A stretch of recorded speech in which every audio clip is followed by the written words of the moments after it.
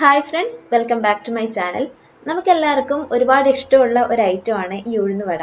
അപ്പോൾ ഇന്നത്തെ ചായക്കൂട്ടലിന് ഉഴുന്നുവട ആയിക്കോട്ടെ, ഇൻസ്റ്റൻ്റ് ആയിട്ടുള്ള ഒരു ഉഴുന്നുവടൻ്റെ റെസിപ്പിയാണ് ഞാൻ ഇന്ന് കൊണ്ടുവന്നിട്ടുള്ളത്.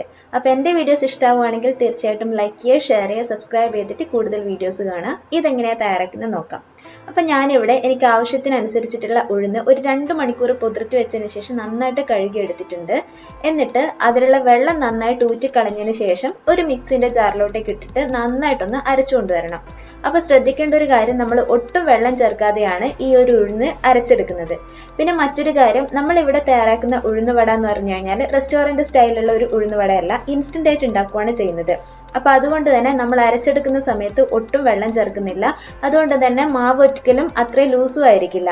പിന്നെ മറ്റൊരു കാര്യം എന്ന് വെച്ച് കഴിഞ്ഞാൽ, നമ്മളിത് മാവ് ഉണ്ടാക്കിയതിന് ശേഷം ഇതിൽ ബാക്കി ഇൻഗ്രീഡിയൻസ് ഒക്കെ ചേർത്തിട്ട് വെറും 1.5 മണിക്കൂറാണ് ഇതങ്ങനെ തന്നെ മാറ്റി വെക്കുന്നത്. അല്ലെങ്കിൽ റെസ്റ്റോറൻറ്റ് സ്റ്റൈലാണെങ്കിൽ നമ്മൾ ഏകദേശം നൈറ്റ് ഫുൾ ഇത് മാറ്റി വെക്കുന്നുണ്ട്. അപ്പം നമ്മളെ മാവ് ഇവിടെ റെഡി ആയിട്ടുണ്ട്. ഇനി നമുക്ക് ഇതിലോട്ടേക്ക് ആവശ്യത്തിന് അരിപ്പൊടിയും കൂടെ ചേർക്കാം. ഞാൻ ഏകദേശം 1.5 ടേബിൾ സ്പൂൺ അരിപ്പൊടിയാണ് ചേർത്തിരിക്കുന്നത്. ചെറുതായിട്ട് അരിഞ്ഞിട്ടുള്ള ഇഞ്ചി, അതിൻ്റെ കൂടെ തന്നെ ചെറുതായിട്ട് അരിഞ്ഞിട്ടുള്ള പച്ചമുളക്, പിന്നെ നമ്മുടെ ആവശ്യമായിട്ടുള്ള ഉപ്പ്, ഇത്രയും കൂടെ നമുക്ക് ചേർത്ത് കൊടുക്കാം. അതിൻ്റെ കൂടെ തന്നെ കുറച്ച് കുരുമുളകും കൂടെ ചേർത്ത് കൊടുക്കുന്നുണ്ട്. ഇനി ഇതിലോട്ടേക്ക് ചേർക്കുന്നത് കുറച്ച് മഞ്ഞൾപ്പൊടിയാണ്. അപ്പോൾ അതും കൂടി ഇതിലോട്ടേക്ക് ചേർത്ത് കൊടുക്കാം.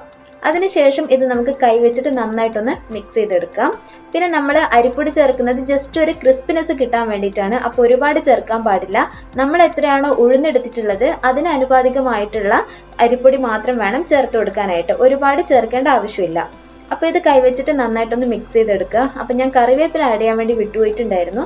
അപ്പോൾ അതും കൂടി ഇതിലോട്ടേക്ക് ചേർത്ത് കൊടുത്തതിന് ശേഷം നമുക്കിത് നന്നായിട്ടൊന്ന് മിക്സ് ചെയ്തെടുക്കാം. അതിനുശേഷം ഏകദേശം 1.5 മണിക്കൂർ നമുക്കിതൊന്ന് അടച്ചു വെച്ചിട്ട് മാറ്റി വയ്ക്കാം.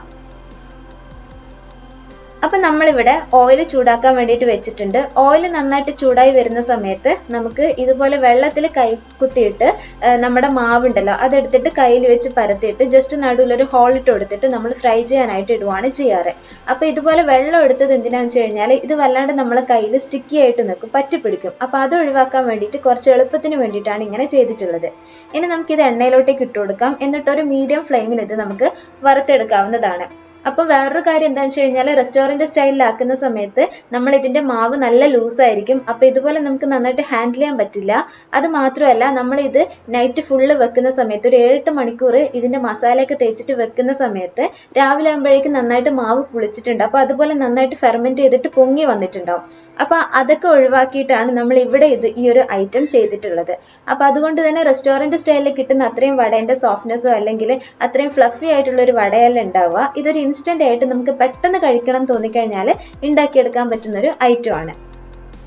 അപ്പൊ നമ്മുടെ വട ഇവിടെ ഏകദേശം റെഡി ആയിട്ട് വരുന്നുണ്ട്. അതിന്റെ കളറൊക്കെ ചേഞ്ച് ചെയ്ത് വരുന്നുണ്ട്. ഇനി നമുക്കിത് കോരി മാറ്റാവുന്നതാണ്.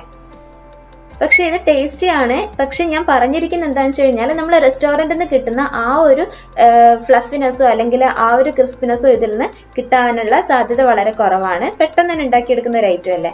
അപ്പം നിങ്ങൾക്ക് താല്പര്യം ഉണ്ടെങ്കിൽ ഇതൊന്ന് ഉണ്ടാക്കി നോക്കുക. ഉണ്ടാക്കിയിട്ട് നിങ്ങളുടെ ഫീഡ്ബാക്ക് ഞങ്ങളെ അറിയിക്കുക. വീണ്ടും നല്ല റെസിപ്പി വീഡിയോ കാണാനായിട്ട് ഈ ചാനലിന് സബ്സ്ക്രൈബ് ചെയ്യുക. നാളെ ഉച്ചയ്ക്ക് 2 മണിക്ക് വീണ്ടും നമുക്ക് കണ്ടുമുട്ടാം. ഈ വീഡിയോ നിങ്ങൾക്ക് ഇഷ്ടമായിട്ടുണ്ടെങ്കിൽ തീർച്ചയായിട്ടും ലൈക്ക് ചെയ്യുക, ഷെയർ ചെയ്യുക. അപ്പോൾ വീണ്ടും നല്ല റെസിപ്പി വീഡിയോ ആയിട്ട് നമുക്ക് നാളെ കണ്ടുമുട്ടാം. അതുവരേക്കും take care, bye bye. Thank you for watching.